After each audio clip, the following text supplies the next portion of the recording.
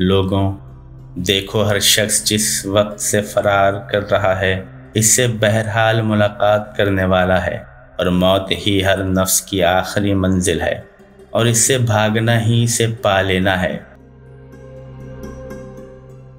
زمانہ گزر گیا جب سے میں اس راز کی جستجو میں ہوں، لیکن پروردگار موت کے اسرار کو پردہ راز ہی میں رکھنا چاہتا ہے۔ یہ ایک علم ہے جو خزانہ قدرت میں محفوظ ہے۔ البتہ میری وصیت یہ ہے کہ کسی کو اللہ کا شریک نہ قرار دینا، اور پیغمبر اکرم صلی اللہ علیہ وآلہ وسلم کی سنت کو ضائع نہ کر دینا، کہ یہی دونوں دین کے ستون ہیں، انہی کو قائم کرو اور انہی دونوں چراغوں کو روشن رکھو۔ اس کے بعد اگر تم منتشر نہیں ہوگے تو تم پر کوئی ذمہ داری نہیں ہے۔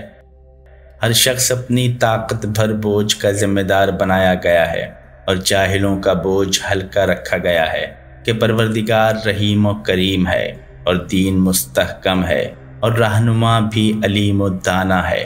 میں کل تمہارے ساتھ تھا اور آج تمہارے لیے منزل عبرت میں ہوں، اور کل تم سے جدا ہو جاؤں گا۔ اللہ تمہیں اور مجھے دونوں کو معاف کر دے۔ دیکھو اس منزل لغزش میں اگر ثابت قدم رہ گئے تو کیا کہنا، ورنہ اگر قدم پھسل گئے تو یاد رکھنا کہ ہم بھی انہی شاخوں کی چھاؤں، انہی ہواؤں کی گزرگاہ اور انہی بادلوں کے سائے میں تھے، لیکن ان بادلوں کے ٹکڑے فضا میں منتشر ہو گئے اور ان ہواؤں کے نشانات زمین سے محو ہو گئے۔ میں کل تمہارے ہمسائے میں رہا، میرا بدن ایک عرصے تک تمہارے درمیان رہا، اور ان قریب تم اسے جثہ بلا روح کی شکل میں دیکھو گے، جو حرکت کے بعد ساکن ہو جائے گا اور تکلم کے بعد ساکت ہو جائے گا۔ اب تو تمہیں اس خاموشی، اس سکوت اور اس سکون سے نصیحت حاصل کرنی چاہیے کہ یہ صاحبان عبرت کے لیے بہترین مقرر اور قابل سماعت بیانات سے زیادہ بہتر نصیحت کرنے والے ہیں۔ میری تم سے جدائی اس شخص کی جدائی ہے جو ملاقات کے انتظار میں ہے۔ کل تم میرے زمانے کو پہچانو گے اور تم پر میرے اسرار منکشف ہوں گے، اور تم میری صحیح معرفت حاصل کرو گے جب میری جگہ خالی ہو جائے گی اور دوسرے لوگ اس منزل پر قابض ہو جائیں گے۔ تم سب کے لیے میری وصیت یہ ہے کہ خبردار، خدا کے بارے میں کسی طرح کا شرک نہ کرنا، اور حضرت محمد صلی اللہ علیہ وآلہ وسلم کی سنت کو ضائع اور برباد نہ کرنا۔ ان دونوں ستونوں کو قائم رکھو اور ان دونوں چراغوں کو روشن رکھو۔ اس کے بعد کسی مذمت کا کوئی اندیشہ نہیں ہے۔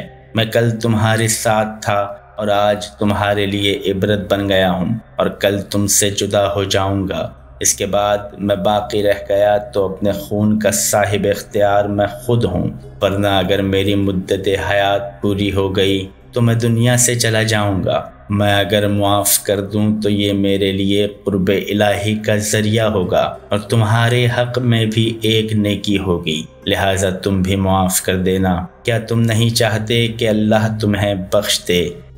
خدا کی قسم، یہ اچانک موت ایسی نہیں جسے میں ناپسند کرتا ہوں، اور نہ ایسا سانحہ ہے جسے میں برا سمجھتا ہوں۔ میں تو اس شخص کے مانند ہوں جو رات بھر پانی کی جستجو میں رہے اور صبح کو چشمے پر وارد ہو جائے، اور تلاش کے بعد اپنے مقصد کو پا لے، اور پھر خدا کی بارگاہ میں جو کچھ بھی ہے وہ نیک کرداروں کے لیے بہتر ہی ہے۔